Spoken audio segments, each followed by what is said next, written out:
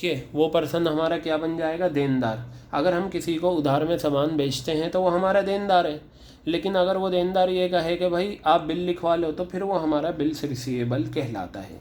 इसी तरीके से ट्रेड पेबल्स, क्या है, ट्रेड पेबल्स। तो ट्रेड पेबल्स क्या होते हैं मैं आपको बताऊं। ट्रेड पेबल्स का मतलब ये होता है कि हमने किसी से उधार में सामान ख़रीदा, हमने किसी से उधार में सामान ख़रीदा, अब अगर हम उसे पेमेंट करेंगे तो वो हमारे ट्रेड पेबल्स कहलाएंगे। मैंने गुड्स ख़रीदा मोहन से, तो मोहन मेरा क्रेडिटर है, लेकिन मोहन ने कहा भाई बिल लिखवा लो, तो बिल लिखा गया, तो फिर उस सिचुएशन में मेरा बिल्स पेबल बन जाएगा। क्लियर हो गई बात। तो ट्रेड रिसीवेबल और ट्रेड पेबल्स वर्ड जो कनेक्टेड है ना वो गुड्स हैं, क्योंकि ट्रेड का मतलब क्या होता है, यहाँ भी ट्रेड वर्ड है, यहाँ भी ट्रेड वर्ड है। ट्रेड का मतलब होता है buying and selling of goods, goods को ख़रीदना और बेचना। गुड्स को ख़रीद कर बेचना क्या कहलाता है, ट्रेड। और रिसीवेबल का मतलब वो चीज़, वो पैसा जो फ्यूचर में मिलेगा। पेबल्स का मतलब होता है वो पैसा जो हम फ्यूचर में पे करेंगे। अब एक चीज़ आप मुझे ये बताओ, सुनो, देखिए अब मैं आपको यहाँ पर एक चीज़ बताता हूँ। ये जो ट्रेड रिसीवेबल और ट्रेड पेबल्स होते हैं ना, ये गुड्स से कनेक्टेड होते हैं। ट्रेड रिसीवेबल का मतलब जो हमने गुड्स बेची हैं, जिन लोगों से हमें पैसा आना है वो हमारे ट्रेड रिसीवेबल्स हैं, यानी कि डेटर्स और बीआर। लेकिन मान लो अगर मैंने किसी को उधार में पैसा दिया, उधार में पैसा दिया, ठीक है, तो देनदार तो वो भी हैं, पैसा उन्हें भी देना है, लेकिन वो मेरे ट्रेड रिसीवेबल्स नहीं कहलाएंगे, ठीक है, क्योंकि मैंने उन्हें गुड्स नहीं बेचे, मैंने उन्हें पैसा दिया है। क्लियर हो गई बात ये। तो याद रखना ये जो ट्रेड रिसीवेबल्स होते हैं ये सिर्फ वही होते हैं जो गुड्स को बेचने की वजह से बनते हैं, और ट्रेड पेबल्स वो होते हैं जो गुड्स को ख़रीदने की वजह से बनते हैं। क्लियर हो गई बात। तो ये करंट असेट्स, ये करंट लाइबिलिटीज़। क्वेश्चन करने का जो तरीका होता है वो ये होता है कि करंट रेशो का फॉर्मूला लगाओ, 3-4 लाइन का स्पेस दो, पहले करंट असेट्स निकालो, फिर करंट लाइबिलिटीज़ निकालो, फिर वो दोनों फार्मूले में रखो। अब अच्छा, यहाँ पर एक चीज़ पूछी गई है, आइडियल करंट रेशो इज़ 2:1। ये आपको दे रखा है, आइडियल करंट रेशो कितनी है, 2:1। आइडियल का दूसरा नाम स्टैंडर्ड भी होता है। क्या होता है आइडियल का दूसरा नाम, स्टैंडर्ड। ये क्या होती है, देखिए स्टैंडर्ड और आइडियल करंट रेशो ये एक आपका स्टैंडर्ड बना लिया। और आपको मैंने बताया था कंट्रोलिंग में, जब हमारे पास स्टैंडर्ड होता है तो हमारे लिए कंपैरिजन करना आसान होता है। क्या होता है, कंपैरिजन करना आसान होता है। क्लियर हो गई बात। ये हमारे लिए कंपैरिजन करना क्या होता है, आसान होता है। जैसे फॉर एग्ज़ाम्पल मैंने आपको बताया था, मान लीजिए स्टैंडर्ड है 80 में से 27 नंबर लाना है। 27 नंबर एक स्टैंडर्ड है। अगर बच्चा 27 से ज़्यादा लाता है पास, 27 से कम लाता है फेल, और 27 लाता है तब भी पास। ये पास और फेल का फैसला आपने कैसे करा, आप मान लीजिए पास हुआ 27 में, 27 नंबर लाने थे, 35 नंबर आए, तो ये 35 नंबर क्या है, एक्चुअल। और 24 नंबर आए 27 से कम, तो ये भी क्या है, एक्चुअल। तो आपके पास स्टैंडर्ड 27 मार्क्स का था, तभी आपने पास और फेल का फैसला करा। क्लियर हो गई। अगर स्टैंडर्ड नहीं होता तो आप पास और फेल का फैसला नहीं कर पाते। इसी तरीके से जब हम किसी कंपनी के फाइनेंशियल स्टेटमेंट्स बनने के बाद उसकी जांच करते हैं, और जांच के लिए करंट रेशो का हम इस्तेमाल करते हैं, तो हमने स्टैंडर्ड बना लिया कि हमारी रेशो का आंसर 2:1 आना चाहिए। अगर रेशो का आंसर 2:1 से ज़्यादा है तो इसका क्या मतलब होता है, 2:1 से कम है तो इसका क्या मतलब होता है, वो हमें जानना है। वो बेसिकली आपके प्रोजेक्ट में और थियोरेटिकल में ये कॉन्सेप्ट है। फ़िलहाल आपको इतना याद रखना है कि आइडियल करंट रेशो या स्टैंडर्ड करंट रेशो 2:1 है, क्योंकि वाइवा में ये क्वेश्चन अक्सर पूछा जाता है। वाइवा में क्या पूछा जाता है, ये क्वेश्चन आपसे अक्सर पूछा जाता है। तो इसलिए आपको ये क्या करना है, करंट रेशो की आइडियल रेशो क्या होती है, 2:1। तो ये क्या था आपका, ये आपका करंट रेशो का फॉर्मूला था। आपको ये अपने रजिस्टर में एज इट इज़ कॉपी करना है। क्लियर हो गई बात। इसके क्वेश्चंस भी हम करेंगे, but before doing the question of current ratio, let me explain you about liquid ratio और acid test ratio. Is it clear, क्योंकि वो भी हमारा लिक्विडिटी रेशोज़ का एग्जाम्पल है। लिक्विडिटी का मतलब क्या होता है ये मैं आपको बताता हूँ। देखिए यहाँ पर जो ये लिक्विडिटी का मतलब आता है कि कितनी जल्दी, वैसे तो लिक्विडिटी का मतलब कैश होता है। जैसे मैं ये कहूँ कि मेरी लिक्विडिटी पोजीशन बहुत अच्छी है, इसका मतलब मेरे पास कैश की जो सूरत हाल है वो बहुत अच्छी है, कैश मेरे पास अच्छी अमाउंट में मेरे पास है। क्लियर हो गई बात ये। इसी तरीके से आप अगर देखो तो यहाँ पर आपको ये देखना है कि लिक्विडिटी का एग्जैक्ट मीनिंग क्या होता है।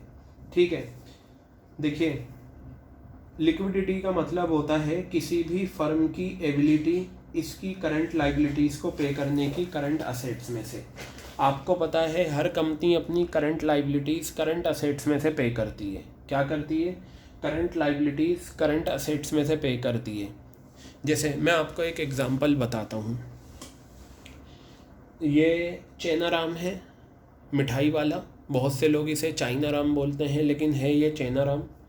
चेनाराम जो अपने लाइबिलिटीज़ पे करता है, किसी से उधार ले रखा है, अपने एम्प्लॉइज़ की सैलरी पे करता है, जगह का किराया देता है, बिजली का बिल देता है, वो अपने फर्नीचर को, अपनी मशीनरी को, अपने कंप्यूटर को, अपने लैपटॉप को, अपने एसी को बेचकर नहीं देता। वो अपनी करंट असेट्स यानी कि जो सामान वो लगा रहा है, जो स्टॉक वो लगा रहा है, उसे बेचेगा। उसको बेचकर जो पैसा आएगा उससे क्या करेगा? वो अपनी करंट लाइबिलिटीज़ को पे करेगा। तो लिक्विडिटी का जो एग्जैक्ट मीनिंग होता है वो क्या होता है? Ability of a firm to pay its current liabilities out of its current assets. क्या कहा मैंने? एक फर्म की एबिलिटी यानी कि एक फर्म की काबिलियत अपनी करंट लाइबिलिटीज़ को पे करने की out of current assets. Clear है? तो लिक्विडिटी पता लगाने के लिए हम क्या करते हैं?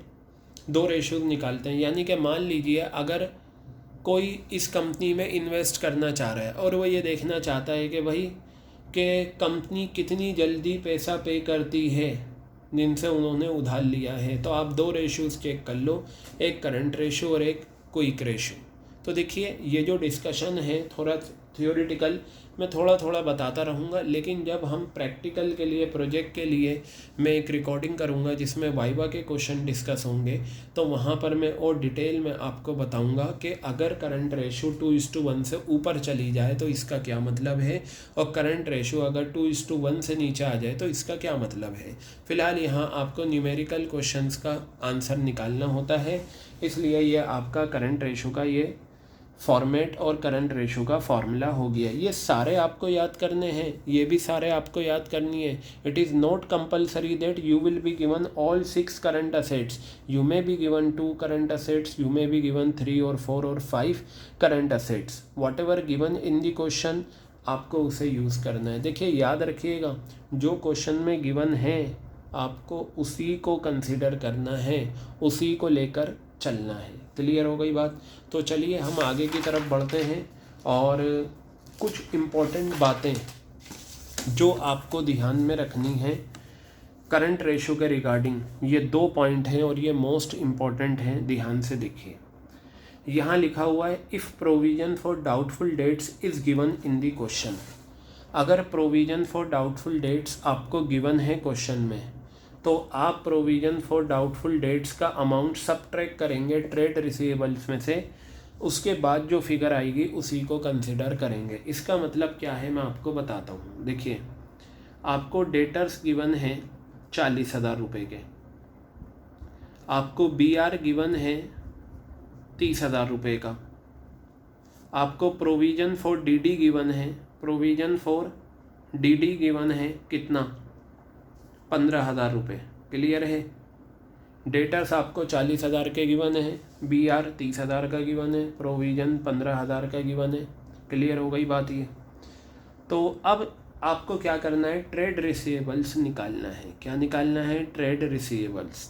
मैंने आपको क्या बताया? मैंने आपको बताया था ट्रेड रिसीवेबल्स आता है डेटर्स प्लस BR। क्या आता है? Trade receivables debtors plus BR। तो मेरा डेटर्स कितना? 40,000 का, मेरा बिल्स रिसीवेबल कितना? 30,000 का। लेकिन अगर आपको क्वेश्चन में provision for doubtful dates given है तो आप इसे क्या करोगे? पहले माइनस करोगे 15,000 रुपये, अब जो आंसर आएगा कितना आ गया, ये 55,000, कितना आ गया 55,000 रुपीज़ आ गया। ये आपका ट्रेड रिसीवेबल्स कहलाएगा। क्या लिखा हुआ है, if provision for doubtful debts is given in the question, given है provision for doubtful debts question में गिवन है, then it will be subtracted from trade receivables. तो जब मैंने ट्रेड रिसीवेबल निकाला, मैंने सब्ट्रैक्ट करा या नहीं, तो रिजल्टेंट फिगर क्या मानी जाएगी, 55,000 रुपये। तो कहने का मतलब ये है, करंट रेशो निकालते टाइम याद रखना ये बात, थ्योरी में भी पूछा जाता है, वाइवा में भी पूछा जाता है, एग्ज़ाम में भी आ सकता है। If while calculating current ratio, if you are given provision for doubtful debts, then you will subtract provision for doubtful debts from trade receivables. Is it clear or not? बताइए, समझ में आ गई बात ये। अब उसके बाद मैं आपसे बात करता हूँ नीचे, आपकी एक करंट असेट्स थी इन्वेंट्रीज। क्या थी आपकी करंट असेट्स, इन्वेंट्रीज थी। क्लियर हो गई बात। अगर क्वेश्चन में इन्वेंट्रीज दे रखा है, बहुत अच्छी बात है, तो आप उसी को लोगे। लेकिन मान लो अगर क्वेश्चन में आपको ओपनिंग इन्वेंट्री दे रखा है, क्या दे रखा है आपको, ओपनिंग इन्वेंट्री दे रखा है, आपको क्लोजिंग इन्वेंट्री दे रखा है, सिर्फ इन्वेंट्रीज नहीं दे रखा बल्कि ओपनिंग क्लोजिंग कर दिया, ये 20,000 रुपये दे दिया, ये 30,000 रुपये दे दिया आपको। अब सवाल ये है, जब हम करंट असेट्स लेंगे, इन्वेंट्रीज लेंगे, तो ओपनिंग लें या क्लोजिंग लें, क्या लें, ओपनिंग लें या क्लोजिंग लें। देखिए एक चीज़ याद रखिएगा, ये जो अकाउंटिंग रेशियोज होती है ना, ये फाइनेंशियल स्टेटमेंट्स बनने के बाद निकलती है, यानी कि सबसे लास्ट में।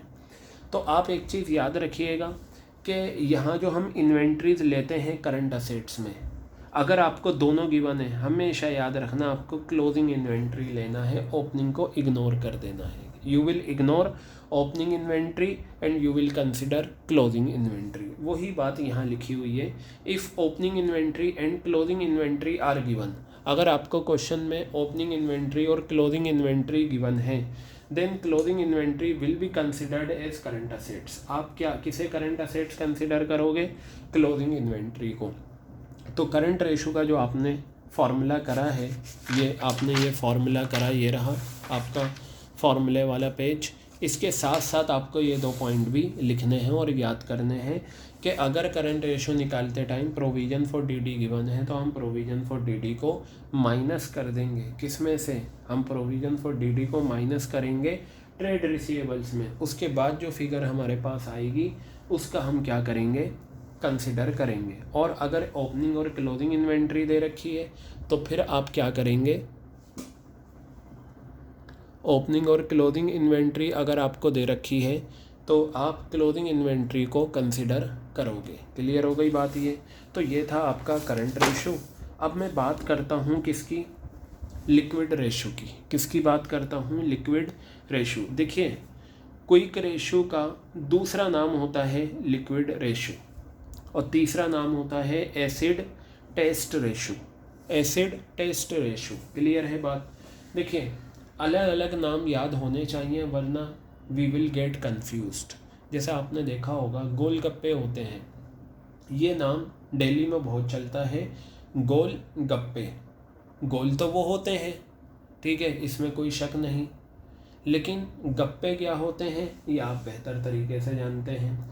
तो एक नाम है गोलगप्पे जो हमें पता है, एक नाम और होता है बताशे, हम कहते हैं पानी के बताशे, ठीक है।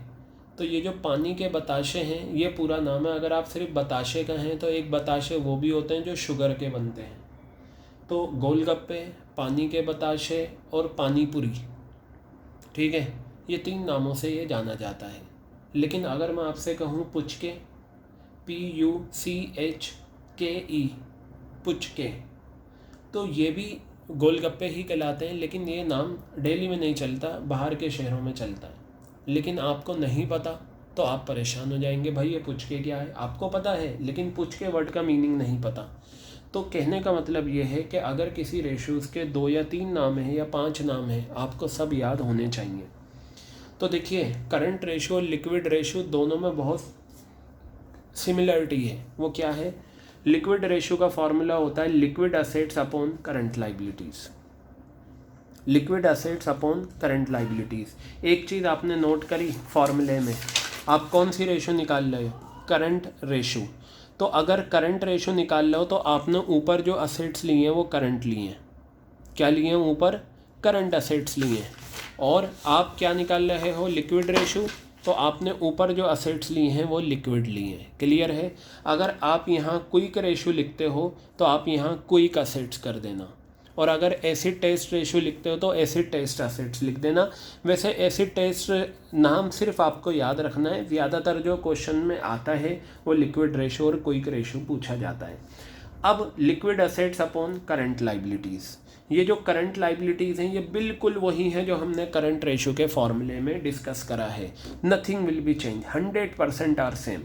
ठीक है। Current liabilities given in liquid ratio formula and current liabilities given in current ratio formula both are 100% same, nothing will be changed।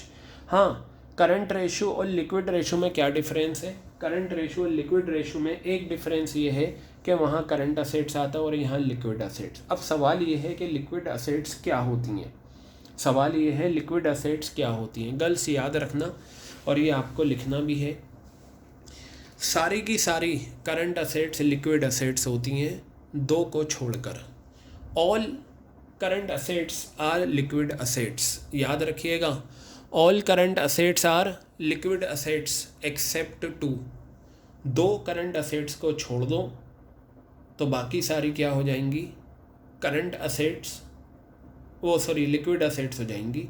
और वो दो असेट्स क्या हैं, नंबर 1 इन्वेंट्रीज, क्या है, नंबर 1 इन्वेंट्रीज और नंबर 2 प्रीपेड एक्सपेंसेस। यहाँ भी एक सवाल बहुत इंपॉर्टेंट बनता है वाइवा में कि इन्वेंट्रीज और प्रीपेड एक्सपेंसेस को हम क्यों नहीं लेते लिक्विड असेट्स, कि why inventories and prepaid expenses are not considered as liquid assets. तो गर्ल्स थ्योरी का क्वेश्चन है, थ्योरी में हम समझेंगे।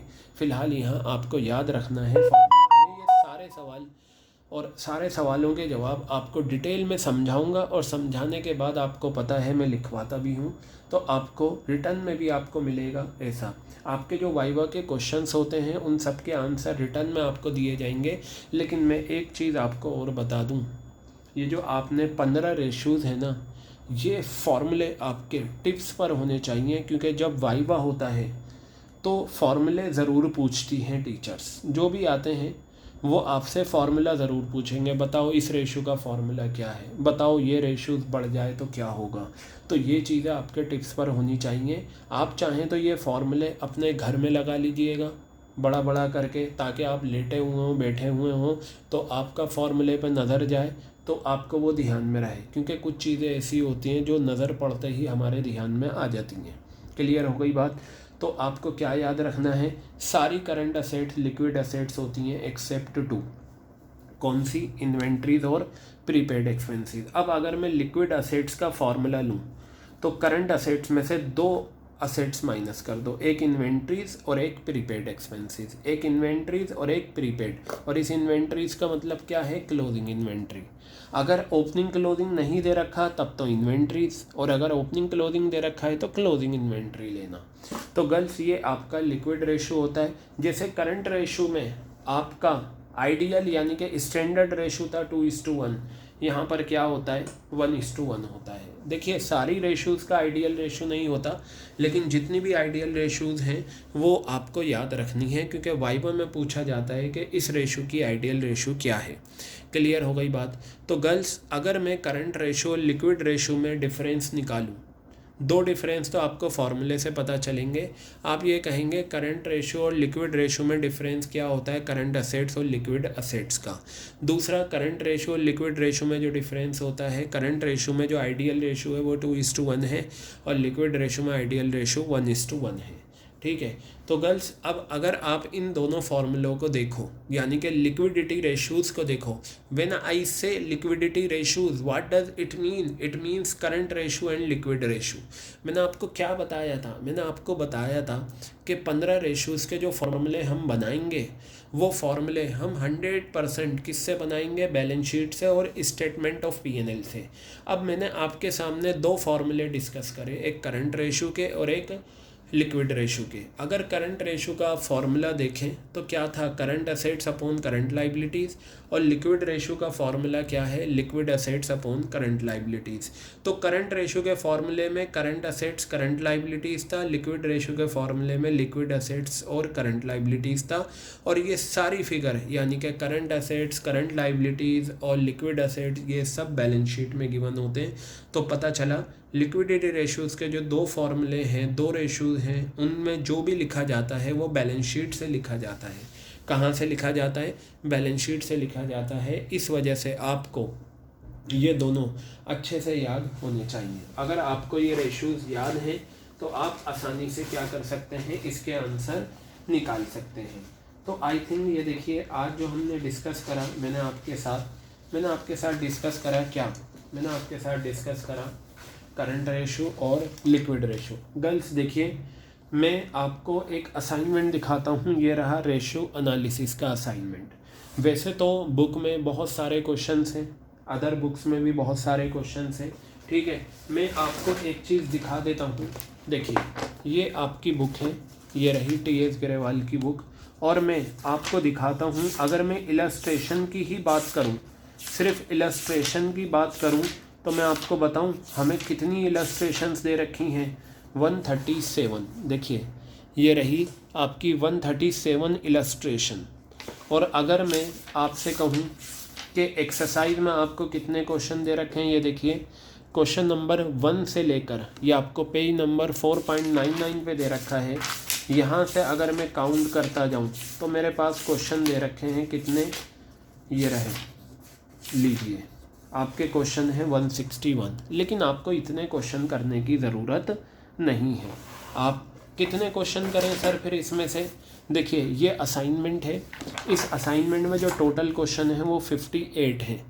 वहाँ 161 थे एक्सरसाइज में, मैंने 58 क्वेश्चन लिए हैं, और 8-10 क्वेश्चन और आ सकते हैं। वजह, ये जो रेशोज़ के आंसर होते हैं ये बहुत जल्दी निकलते हैं। क्या होते हैं, ये बहुत जल्दी आंसर आते हैं। तो इस वजह से अगर हम इसके 70-80 क्वेश्चन भी प्रैक्टिस कर लें तो कोई प्रॉब्लम नहीं, क्योंकि मैं आपको बता दूं ये बहुत आसान है टॉपिक, अकाउंटिंग रेशो। बट अगर आपने इसके फॉर्मूले याद नहीं करे तो फिर क्वेश्चन आपसे नहीं हो सकता। अब देखिए, मैंने इसमें क्या करा है, मैंने इसमें ऑलमोस्ट जो प्रीवियस ईयर में क्वेश्चन आने वाले हैं वो सब दे दिए। देखिए, SQP सिंपल क्वेश्चन पेपर 18-19 में आया हुआ, ये कंपार्टमेंट में आया हुआ, ठीक है। ये देखिए, सिंपल क्वेश्चन पेपर 16, 17, 15, 16, 17, 18 ये सारे आ गए। और यहाँ पर डेली के क्वेश्चन, ये देखिए 2019 में लास्ट ईयर ये क्वेश्चन आया, फिर लास्ट टू लास्ट ईयर, फिर उसके बाद 17 में, फिर 16 में, फिर 15 में, और ये लास्ट ईयर आए हुए क्वेश्चन। मतलब आपको 10 ईयर्स की ज़रूरत नहीं, मैंने सारे 10 ईयर्स के क्वेश्चन असाइनमेंट में दे दिए। और कुछ और ऐसे भी क्वेश्चन हैं जो टी.एस. ग्रेवाल की बुक से लिए गए हैं, और यहाँ पर ये सारे क्वेश्चन आपको दे रखे हैं। ये देखिए 14 का भी क्वेश्चन, डेली 2014 का भी क्वेश्चन आपको गिवन है। तो प्रीवियस ईयर के ऑलमोस्ट सारे क्वेश्चन हमने ये दे रखे हैं। तो मैं आपको इन सब के क्या कराऊंगा, क्वेश्चंस कराऊंगा, और इन सब के क्वेश्चंस आप करेंगे। और जब आप इनके क्वेश्चंस करेंगे तो आप आसानी से क्या करेंगे, इस पर अच्छे से कमांड हासिल कर सकते हैं। जब सारी रेशोज़ हो जाएंगे तो कुछ क्वेश्चन ऐसे भी होंगे जो मिक्स क्वेश्चन होंगे, और आपको वो भी करने हैं, ठीक है। तो गर्ल्स, इस चीज़ को याद रखिएगा आप, ठीक है। और इसे आपको क्या करना है, बहुत बहुत अच्छे से करना है। क्लियर है? ये असाइनमेंट आपको मिल जाएगा, और इसी से हम क्या करेंगे, सबसे पहले क्वेश्चंस कवर अप करेंगे।